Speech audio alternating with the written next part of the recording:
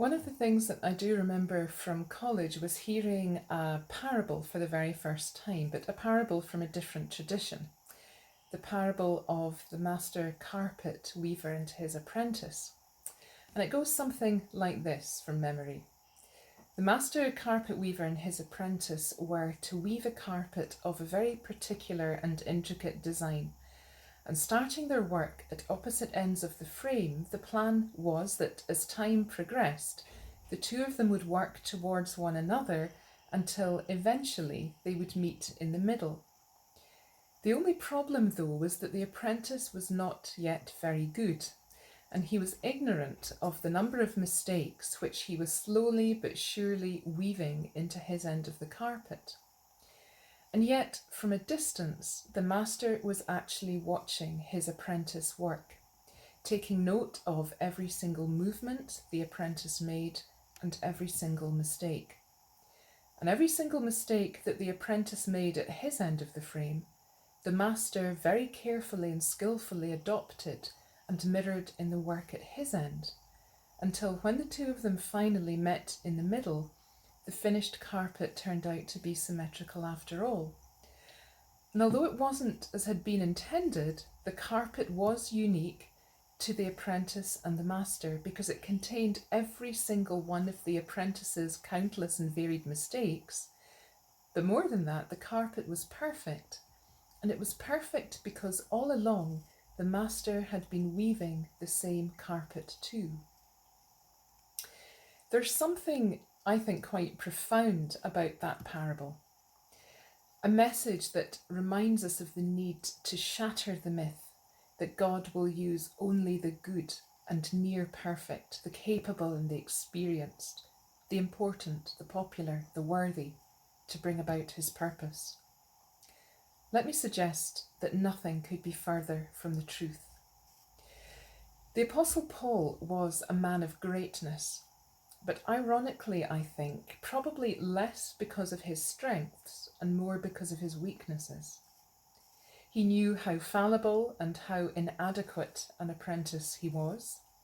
He knew how his resolve could weaken and how things could go wrong, no matter how good and how honourable and how holy his intentions might have been. Yet Paul never gave up. He believed that his mistakes could be woven into something great because at some level he knew that ultimately he didn't weave alone. We delude ourselves if we think that whatever we can produce or achieve in this community of faith will be flawless and mistake-free. And we also delude ourselves if we think that God will use only the great and the good and the near perfect for his purpose. God is weaving a carpet of many patterns, many colours, and many strands.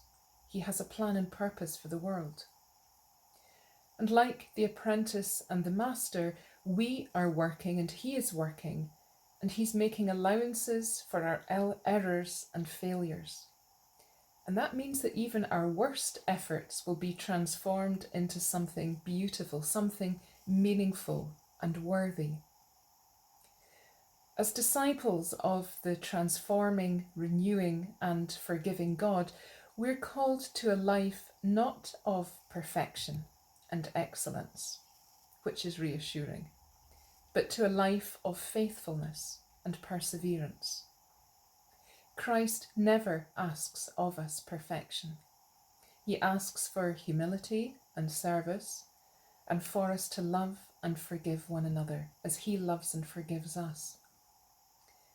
The challenge for the church in Scotland, our challenge, is with patience and understanding to make allowances for one another's differences, whilst all the time weaving the many rich and varied patterns of our faith. It's no mean feat to be able to declare hand on heart that we're building a community of faith where bad people, unattractive people, incompetent people, failures of people, broken people, stigmatized people, unwanted people, uncertain people are all welcome. and somehow and in some way are all contributing to the perfection of the life and love of God.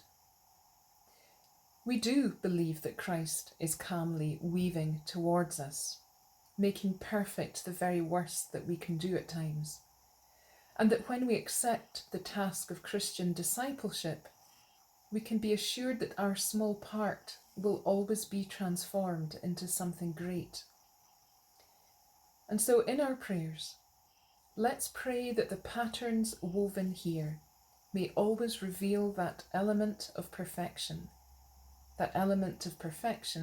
which is Christ's miracle to us.